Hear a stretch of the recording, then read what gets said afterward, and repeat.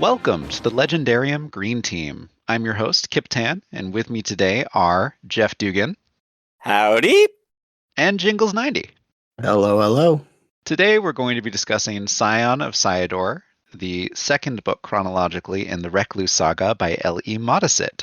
This is going to be a spoiler-free intro section to start with, but then we're going to go real quick into spoilers because it is the sequel to a duology. With that out of the way, what were your first impressions of this book? Did you enjoy it? Do you think it set up a satisfying conclusion for this little duology? Jingles, you're the recluse newcomer, you go first. All right. I was enjoying it. I liked it a lot more than the first one, and I think it does end the duology pretty well. Obviously, with 20 more books after this, I think you can expect there's a lot more to come out of it. So, yeah, I enjoyed it quite a bit. It's definitely a satisfying conclusion. It's a conclusion that I saw coming fairly early in. Like, maybe the second time that there were discussions of... Yeah. Yeah, I guess I don't know if that's a spoiler or not, because, yeah, it comes up pretty dang quick. You can see exactly where this is headed. I will bleep some of that, but I will say that rereading the first book, I was like, oh, this is very pointedly where this is heading. Yeah. I've actually just blitzed back through it again. First time I listened was in November as we were gearing up, and I had thought we were likely to record these first two a little closer together to each other. But once we had this date locked down, I've blitzed back through it in the last week, and it's very pointedly where it's heading. Yeah. So Jingles, if you had to rate this on a scale of, I don't know, 0 to 5, 0 to 10, whatever you feel like, where would you put it? Mm-hmm. I think I'd put it somewhere around the 4.5 range. I was very entertained all the way. Well, not all the way through. The first half is a little slow for me. Okay. And aside from the predictability of it, it's just a fun story. Modesitt often gets criticism about being slow and having whiny characters who think too much. Did you feel that, or were you fine with it? I don't know if I'd, like with Lorn, I don't know if I'd call him whiny, but he does think a lot. And he thinks in numbers a lot. I don't know if that's like since these are the only two books in Recluce that I've actually read so far, I don't know if that's a trait of Lorn or if I should expect for the future of all these series to hear the word qubits over and over again. But I did enjoy Lorn as a character, even if I don't necessarily agree with his whole worldview. Yeah. Okay. Yeah. Do you think you got a solid feel on the economy of the world? Do you think Modesitt built that up fairly well? Oh yeah. As far as Cyador goes and Cyad goes, I feel like I absolutely knew or understood how this society was kind of crumbling on an economic scale, and I understood exactly how the economics affected all the other social aspects of the world by the end of, or not even by the end of the book, throughout the entire book. I think it made for some pretty clear statements on things, and it'll be interesting to kind of see how those themes play out in other locations. Like, I know this is a very chaos-focused society, so I'm very interested to see what an order-focused society looks like to counter this, or to maybe not be all that different. We'll see. Yeah. So, yeah. Yeah, and as we were doing some discussion of which book to do next, that thought, I think, is an excellent argument for us jumping backward in publication order and way forward in time to make the next one that we do be The Magic of Recluce. I also think there's just a solid argument for just restarting in publication order. What is the first book in this series? How did it initially land? Right. And where does this go? Yeah, I guess I don't really know what the reception on these two books being like, what are they, like 9 and 10 in publication order? I don't know how necessarily these fell with people at time of publishing. Personally, I think that he's refined his writing style a bit by the time he'd written these. Okay. Yep. There's significantly less repetition, I would say, in these books than maybe in the first couple original publication order ones, and also significantly less intentional ambiguity. Okay. Yep. The way that he refers to characters, he loves to do it without using their names in his first published book. Well, that's always good. Any chance he gets, he's going to refer to someone by their clothing or their hair color or what they're doing with their hands at any given moment.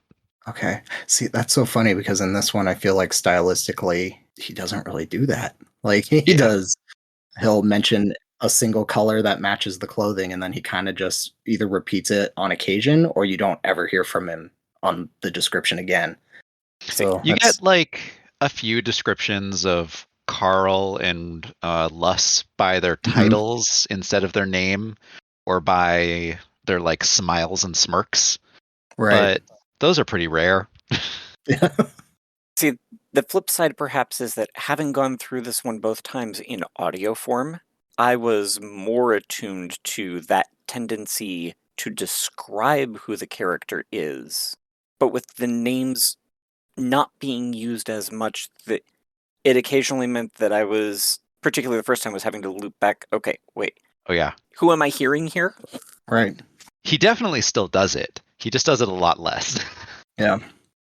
I think also the chapter breaking also really helps with that. Like, it's not as explicit as George R. R. Martin or something, but I always knew who the point of view was. So it was always really, Lorn's head is always easy to get into. I think I can always follow that one very easily. But when we get to some of those side characters or the Emperor, knowing who we're starting with was always a key indicator of what I was following. Okay. I don't know if we spent enough on this last time, but this time, the onomatopoeia in this book, do you think it added or subtracted? Maybe I was doing the onomatopoeia wrong, but every time one came up, I kind of like whispered to myself, like, hiss. It's just like, that's a weird sound for a gun. Like, I don't know. It's because you need to think of it as being closer to a flamethrower than a gun. Yeah. Okay. That makes more sense. Because I was like, this is kind of a silly sound for this thing. I was picturing more like a rifle. So Do you think that the variation in the capitalization and length of the hists was was meaningful for you as a reader? Oh, very. But yeah, this is a stronger hiss. Clearly, we're really obliterating this person. No comment on this about that one on this side because audio, I can't see the capitalization in word Oh length. no. So it has the quality of the reader. Yeah, how does the audiobook narrator convey that? Did you feel it? Did you hear it one? Could you tell when a force of his troops was not being especially following of his short bursts only order? I mean, remembering that several of those are kind of widely spaced incidents. Yeah. I think there's still a difference in delivery, at least with respect to length. I don't know that I could tell you about capitalization or not. Yeah. Okay. It's a fraction of a second extra hiss at the end there. But the audiobook narrator does put them in. They do. Yeah. Okay. Fun. And it's not necessarily as a hiss, but no, there are definitely things that were clear to me. Yeah, that is a fire lance unleashing a firebolt. Okay. Cool. I do think it's fun. I don't think a lot of people are brave enough to use onomatopoeia. I agree. And use it in like a entertaining way. And I think it does pass off really well here. And I do think that when you're reading it with your eyes, you can just skip over if you feel like you don't want to interpret each and every onomatopoeia. Yeah. I mean, yeah, even if you're not necessarily getting the image correct, you still understand what's happening, right? It's a total. Okay, like this is a barrage of firebolts. Yep, exactly. I don't necessarily need to count how long each of them is and see how economical the troop is being with their chaos. Whatever. Right. Okay, want to dive into spoiler sections? Unless anyone else has something else they want to get out. Answer me real quick. After I'd had to hop off the last time, yep. How much time did you two end up spending on Black Order White Chaos inversion of the color associations we normally have? I don't think we spent very long on that. I think that might be something to bring up next episode, most of all. Okay. Yeah. I mean, we definitely noted the inversion, but I don't think we went too far past that. Because the other thing that it ties into is, even in here, there's at least one spot where it is definitely referred to as Black Angels. I recall seeing that, and I tied it to a title of another book, but that's about as far as I went. So, yeah, I don't think that's something we can really talk about with this book in isolation. Okay. It's one of those things I want us to remember to kind of to be paying attention to as we work through doing these. Okay. Sounds good. Okay. Let's go into spoilers. For anyone who doesn't want to hear about what happens in this book and how it ends, maybe duck out now. Read the book, don't, or just enjoy our conversation. It's not too predicated on the ending. 3, 2, 1, go. So, Lorn becomes emperor. Was that the ending everyone was thinking was going to happen? Oh yeah, it was like first book. This guy's gonna kill his way to the top. Cool. He's gonna make it happen. Yep. Looking back on all of his postings, which one do you think was most important for that? I think the final one at the Forsaken Forest or Forbidden Forest. Forbidden Forbidden Forest? Forbidden Forest. Accursed. Accursed. There we go. It's like neither of those sounds right. Yeah. The Accursed Forest when he kills the other commander. Major Marin. Yeah, I think that was the moment. Because that was the one where he was, I gotta do this if I'm gonna succeed. Okay. Granted that I'm coming into this not having had a chance to finish Magi, I would say Inavidra. I would agree with that. Why do you think so? Because Inavidra is the one that, at least within the context of what I've seen of his career, it is the one that put him enough onto the radar of multiple sets of powers that be to pull him back into being the person in the right place at the wrong time, or the wrong place at the right time, or the right place at the wrong time, or however it is that you want to mix those up. Yeah. I think it was the most important because it was Baby's first coup. Yeah, that's fair. That's a fair point. Yeah. Yep. Let's open this up with a question by Eridandus, which was, is Lorn the original antagonist of the Recluce Saga? Was he a person of his time or something else? Lorn kills a lot of people. A lot of people. And it's often very questionable whether it's okay or not. I think we only ever see him regret it once. We only see him regret it once. Yeah. He regrets one killing, but he does not only regret killing once. He has regrets that do not turn into a final regret. Okay. He has regretful moments where he's like, did I really need to do this? Am I like the bad guy because I'm acting before people act against me, or because I'm acting based on what I can't prove in a court of law? But then he's like, no, I'm right. I feel really bad about the girl. That one. Yep. Mm-hmm. I guess for me, for Recluce 101 here, is Lorn Emperor when Cyad falls? Or how many years after his reign does that happen? Word of Modesitt is that Lorn is a great emperor. Okay. What does that mean? Yeah. and then several hundred years later, Cyad falls.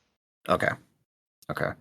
The other part of that is based on what I remember of when, at least the books I've read, happen. From the end of this book to the beginning of the next one chronologically is a jump of about 500 years. Okay. I think about 400, but yeah. Because chronologically, I think next is Fall of Angels. Correct. Which is way off. Yep. And then there's another series that I know is like the Heritage of, which I guess that comes after that at some point. But yeah, I guess all that to say, I'd question what a quote unquote great emperor is even for Modesitt at this point. Like, is that Lorn Altmer goes down as an emperor who rejuvenated Cyad and Cyador and makes it stronger than it had been for decades. Okay. Well, good for him. Yeah, he brings them into the Steam Age. Okay. And the transition to Steam is a thing that you can see him setting up for.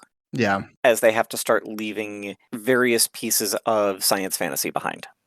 Yep. Yeah. I think the heating of iron was already being brought up quite a few times. I was noting that. Though even his Steam technology is eventually fallen and forgotten. Okay. Got some cycles going on here. Yep. Because the equipment in the Tower of the Magi is what allows them to do advanced fabrication. Oh. Eventually that fails. Right. Yeah, and that seemed pretty inevitable, no matter what they tried to do. So they could have tried to reinvent like normal forges and normal metal crafting, and I'm sure that Lorn did, but somewhere along the way, something happened. Right. It's a couple 100-year gap in the timeline. Who knows? Yeah. But yeah, is Lorn an antagonist? Jeff, you have some pondered thoughts on that? He's definitely some people's antagonists. And again, coming into this one not having had a chance to finish Magi, he's definitely the person we are invited to view as the protagonist. Yep. But we're probably fairly shortly going to start to bleed into one of the things that I was throwing out there as a topic. Namely, it's that question of, I will assert that Lorn ascends to the throne because of all of the efforts that are put forth to make sure that he doesn't, not in spite of them. Yeah, I think that's an important thing to note, that he wasn't the only choice this entire time, and the other two guys were pretty awful. So I don't know. He was the Yeah. lesser. He was the evils, dark maybe. horse candidate. Yeah. And clearly was not interested in the job. Oh, he was absolutely interested in the job. He was interested in the job from the very start of the book. I think there was some false modesty there. It's that thing that he whispered to Ryelf. Yeah. He absolutely wanted it. Maybe it's something in the delivery. Maybe it's a piece that just managed to slip by me both times, because I would have said it at least on the basis of how I have ended up experiencing this book. That It's all over Magi. Okay. So again, Yep. That might be the difference. I'm coming into this without that. Looking at this book in isolation, it very much seemed like he was. He just didn't ever dare say it. Yeah. Well, and I mean, this is a bit of a hindsight observation here, but I mean, even looking through Magi, I think there is kind of an indication that maybe he wants some form of privacy and seclusion. I mean, he and Rialth get married somewhere where no one can see them, and different events like that kind of play out. Yep. But really, there is that second layer of, this is all strategic moves that need to happen in certain levels to get him to this point. And then, the coup is where things start becoming very blatant. Including getting married and having a kid, which is something that Carl Elf tried to do to make sure that he had a grandkid. Oh, yeah. Oh, oh man. Do we want to go there now? I mean, if we're talking about things that on the surface seem like one thing but are actually secret moves to get the throne, then yeah, let's go there now. Because Carl commits, what would you even call what he does? Forcible, unwitting removal of birth control while under magical compulsion? Yeah. I mean, monstrous. That's a word that comes to mind. Yeah, but it's not something we have a simple word for. No, it's not. Assault and rape is very close, though. Yeah, and it's absolutely a thing that is abetting rape, and it is absolutely abetting rape of somebody who has, whose birth control he has just deliberately tampered with. Yep. With the specific intention of causing that person to get pregnant. And then killing her. Yeah. The killing her part was not an intended effect. Was not an intended effect, of course, but it is what happened. Yeah. Mm-hmm. And I don't think there's any denying why. That was such a brutal, most brutal chapter of the entire two books by far. I mean, and it caught me so off guard. Like, I knew that there were conversations about how she had been kind of avoiding pregnancy and all that. I just did not expect that to pop up. And how fragile she was. Yeah. Yeah, it's absolutely one of the things that sticks with me about this book. Mm-hmm. The brutality of Carl in that. All because he wanted grandchildren to improve his chance of becoming emperor. Yeah. Specifically, grandchildren from Kian Elf's family. From the fourth Magus' family. It's like, Lorn can't be my kid, so next best thing. Yep. I guess. Yeah. Speaking of Kian Elf, though, do you think he knew something like this might happen? Oh, I think so. I don't understand why you would let one of your daughters get into that position, but I kind of want to go back and read these books just to kind of track what Kian's thought processes are overall, because I think it's not, once they drop that there is a hand of the king or hand of the emperor, and they both die like pretty much simultaneously, Kian and the hand. Yeah. It's like, oh, okay. Well, that's a pretty blatant, obvious thing that's going on. So I would be interested to see. And Lorn admittedly acknowledges later that there are certain things that his dad clearly had played out. Like even his interest in Rialf seems to be, in some ways, a fabrication and aim made by Kian. So His continuing interest, at least. his Yeah. continuing interest, yeah. So I would have to say yes, but the motives I can't quite grasp. Okay.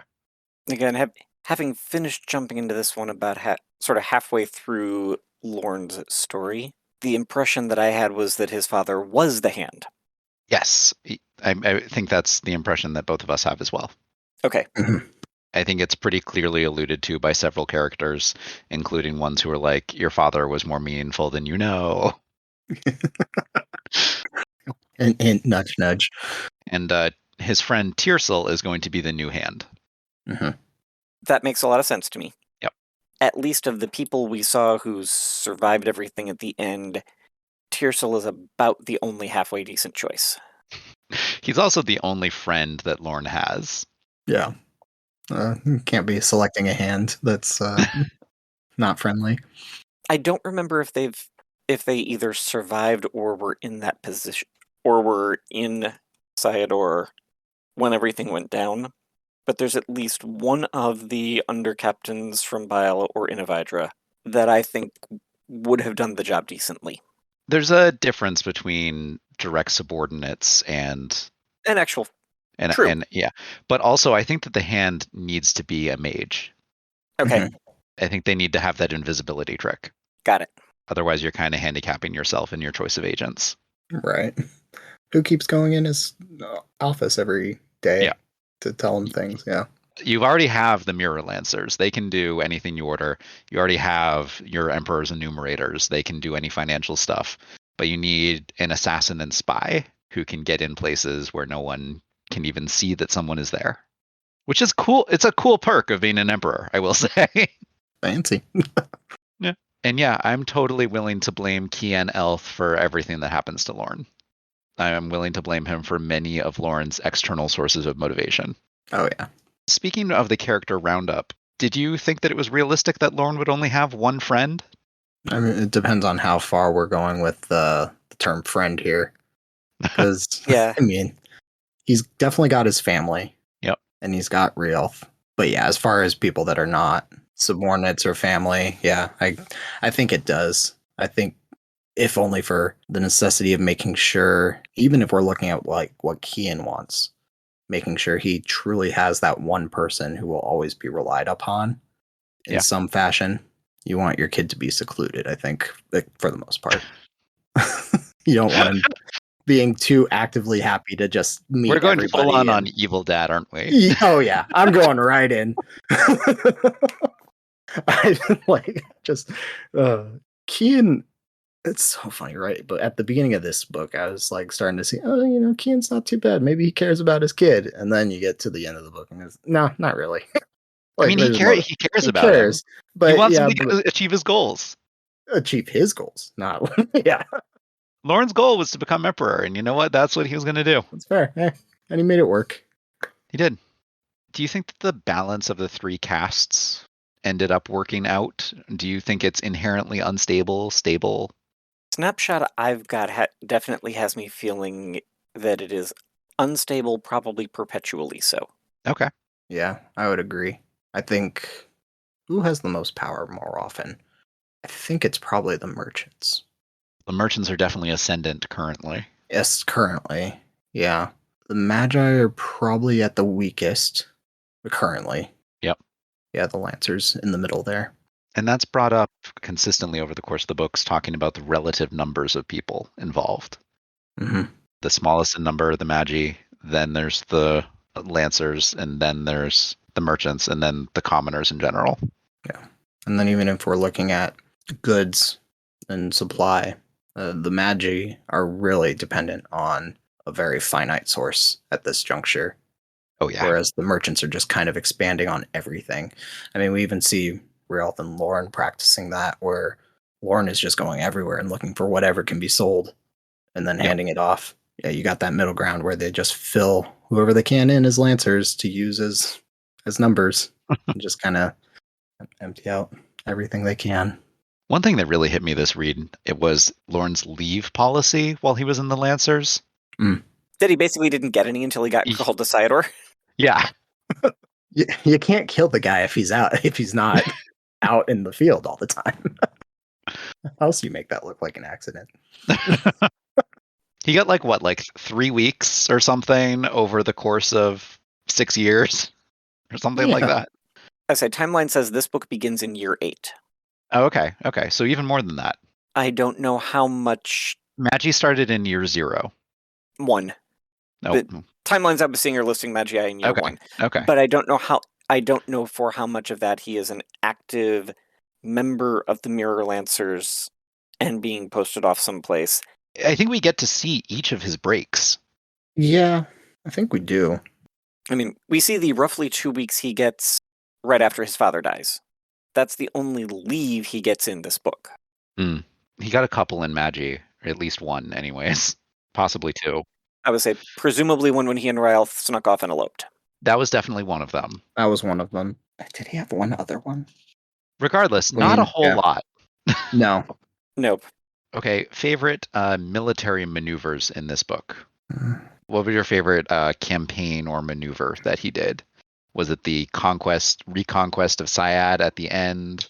Was it his reenactment of Sherman's March to the Sea at Inavidra? That's mine. Yeah. Just in its sheer brutality. Yeah. Inavidra's probably for me, is probably second. Do you like the quest out to Beale? I liked Bile. Okay. Yeah. It's competency prawn. Yeah. Definitely. He did an unexpected conscription and then ran out to defeat a force many times larger than his. I was thinking of the stuff even before that. Oh. The actual stuff in the town. Okay. Where it's show up just trying to introduce himself. Some folks start getting a little feathers ruffled. Yep. But as he's working on settling that, there's this, there's stuff going on here that shouldn't have been going on. That was his second civilian assassination or something? First one in this book. Yeah, first one in this book. There's definitely allusion to something else that had happened previously, but it's not clear to me whether that victim was civilian or military. There was the clan member who was harassing Ryalth. When they first met. No, or was that the one who attacked her was different. But there was another one who was harassing her, and he went and cased his favorite bar and then followed him home and killed him. I forgot about that. On the one hand, there is the thing that yes, for that corrupt enumerator, I think he struck too soon, but I don't think that the time to wait for was the oh, you're dead. Yeah. He waited until assassins came for him, and then he went and killed the person who hired the assassins. Yeah. I think we probably needed a step B in there of confront the person who sent the assassins. I think there's no reason to confront someone if you've already decided that you're going to kill them. Legal justification, perhaps. But he wasn't trying to get legal justification. Yeah, he hid the bodies pretty well. I mean, he's well down the unsanctioned murder hole at that point. Yeah. True. What's one more? That's the one with the innocent casualty. Yes, that absolutely is. So that's the one where he reflects the most about what he has done. Might prove to be a little bit more human than normal, or than usually perceived. Yeah. Actually, I might think that might be one of my favorites too, only for the fact that it hit my death quota before 100 pages. So. Had you made something of a bet on how many there were going to be? Oh, yeah, we made some estimates, or I had made some estimates in the last episode, and I'm pretty sure I said 5 people within the first 100 pages, and by page 70, there had been no deaths at all. So I was like, dang, I'm going to lose this. And then, no, we'll just whip them all out in 10 pages. Speaking of deaths, was anyone else sad when Rinsed died? Yes. Mm-hmm. Yeah. Because it was rough. Because even separately from the major commander of the Mirror Lancers cannot be Emperor, Rinsed even more than Lorn should have been. Uh-huh. Yeah. It was that person who doesn't want the job. Yeah. Go back to the thing from Hitchhiker's Guide to the Galaxy about the fact that somebody is willing to run for president automatically means they're unfit to hold the job. Mm-hmm. Yeah. Yeah, I think Rinst was one of the few characters that I think I could actually get behind a little bit, especially because at this point we had seen just a lot of awful people in the military, in the Lancers, and it was nice to see someone at the top who maybe didn't see things the way the Lorn does, or maybe even see like a kind of a benevolent way of handling things, but was more thoughtful about it than the rest and wasn't actively trying to just take over the entire time. That's where Lorn is an embodiment both of chaos but also of order. Mhm. And that balance, in Modesitt's opinion, I think, means that he's qualified for the job where few others are. Right. Though I did like, in the specifics of Rinst's death, it meant that Rinst and Miriam were able to provide assistance to Lorn when he finally killed Carl. And I appreciate that little bit of symbolism. I wish it didn't come at the cost of Miriam, especially, but I did appreciate it. Yeah, I don't know how deep we want to go into this, but was Miriam fridged? Is that? I don't know. She took on... Fridging requires that it provide the motivation to change something. Right, which is kind of absent here. I don't think it changed anything Lorn thought, really. No, it didn't. No, But it was also, yeah, I guess just the blindsiding of the whole situation is really what makes me feel weird about it. I would also contend that Myrian was a developed character prior to her death. Yes, I would agree with that. And she was the one who took action at the end, which... Yeah, she was slowly leeching the order out of Carl. Yeah. Given that she had agency in what was happening, and that she was a developed character whose death was not solely to provide motivation to Lorn, I don't think it's a fridging. Okay, I would agree with that. Okay. And it moved Tercel to an action that he never thought he could do, which I appreciate. Yeah, which made him able to be a hand. Yep. It's all coming together. I am so happy that Caesar died. So happy. Scum of the earth there. Absolute scum of the earth. There's a couple of those. Caesar, okay, only because you're pronouncing things differently than what I've heard through there. How does the audiobook say it? The Captain General? No, Miriam's husband. Kaiser, maybe? Maybe. It's definitely a hard K. Or definitely a hard sound. Well, it's a C in the book. Yeah. And this book is not shy about using Ks when a K is required. Weird. Okay. Maybe Kaiser is Carl's son, but they went with a C. But Carl's with a K. So Carl's with a K. Yeah. Just with a K or with a KH? KH. KH. Okay. I mean, we're looking at some really fabricated fantasy names here, so yeah, the number of names with 2 Ys is impressive. Yeah. I'm trying to get back and see if I can look up to see whether there's something that will jog me enough that I can do that's how. But of course, almost none of the actual book have their own entries, of course. Yeah, pronunciation guides. Okay, not super important. Like I said, it was important enough to spend 2 minutes looking on. It was not important enough to spend more than 2 minutes. Okay. So I would say that one of the central dichotomies for Lorn is if he should be reactive or proactive in how he handles situations. Do you think he split that line fairly well? And how do you think his line for those 2 situations is different from the status quo in Syad? His line is way on the do first, think later side of the line. Okay. Yeah. And I think I've already telegraphed he's a little quicker to go jump than I think would be comfortable with. He deliberates at the very end if he waited too long. Yeah. Do you think he waited too long to act there? Probably. I mean, he lost a lot of loved ones that he didn't really have to lose or couldn't really afford to lose. It also, with a little bit more time, who knows what kind of supplies chains he could have created, what kind of structures he could have formed using what was left of the chaos. I'm still divided on the proactive versus reactive because he is very quick to take action, but there's so much underlying that he is reacting to. It's very middle, like, Yeah. It's not an easy thing for me to discern which one comes first. He's put in situations where he could be slowly strangled to death fairly often. Yeah. And he manages not to be in each of those situations. But he always lets the strangulation start a little bit. Yeah. He always puts his life in danger first. And he, in general, makes it so that his underlings and subordinates can see that it's happening. Because he has to get them on board. Right. Kind of wonder about the carriage scene with Tearsal, how that changed Tersal's perspective on things happening. Yep. What I think cemented Tearsal's change in perspective was their carriage driver being shot. Yeah. Yeah. And it happening in Cyad.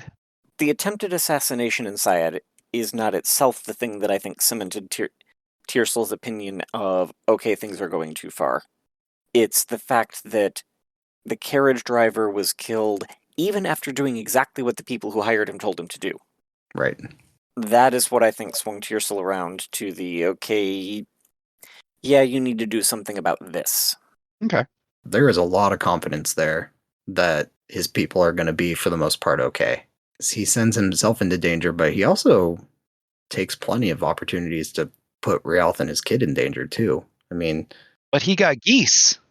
Yeah, he's got those geese that hiss just as much as the guns. The choice of geese did not surprise me because the use of geese as watch critters is an actual real-world thing. Yep. Yeah, I mean, I believe it. We have geese all over the campus, and it's a nightmare trying to get past them sometimes. I'm not a fan of geese. I'm not sure Lorn is either. Yeah. No. But yeah, I do like that Modesitt manages to put little bits of real world stuff in there like that. There's one book which includes some sewer system cleaning, which I really enjoy.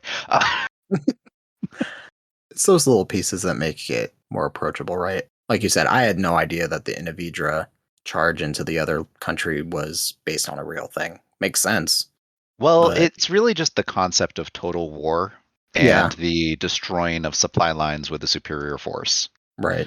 Supply lines and economic ability, which reminds me very strongly of Sherman's march from Atlanta to Savannah, Georgia, where he just burned everything in like 100-mile wide corridor. I didn't even know that happened. It was one of the decisive battles of the Civil War. Okay. Battle is putting it way too strongly, but there's other... Campaign, yeah. At least in my grandparents' generation, there were people who were still upset at Sherman for this. Oh, I have relatives in Georgia who are still very upset at Sherman and everyone in the New England for it, yes. Jingles, just a sort of perspective for how some of that total war went. Yeah.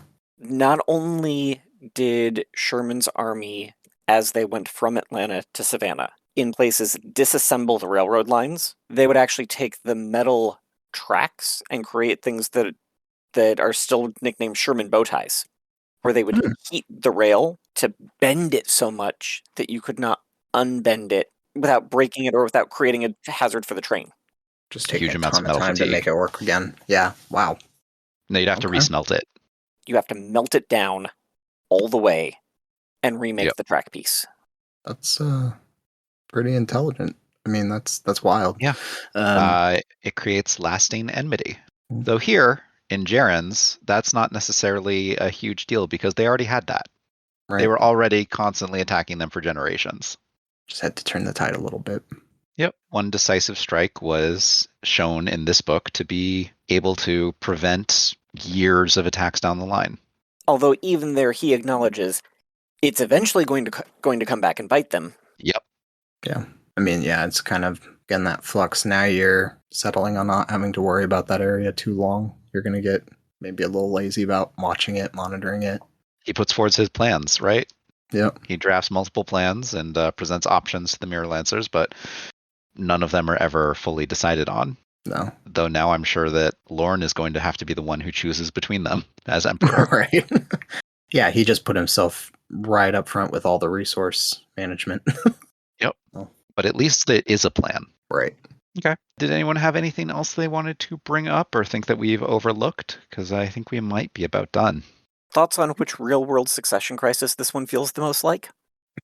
I do not have enough experience with real-world Okay. succession crises, No, Okay. neither do I. especially not when they require people to be mages or not. You're right. No, but okay. So the mage or not piece you can leave aside and still look at it as multiple casts playing off against each other. I still think that the essential element of being able to beat Carl in single combat was required to be Emperor here. And I don't know of many succession crises like that. Yeah. The Iron Saber that he coded in Cupridium, that was essential to winning this battle. And I don't know any succession crises that hinge on a sword.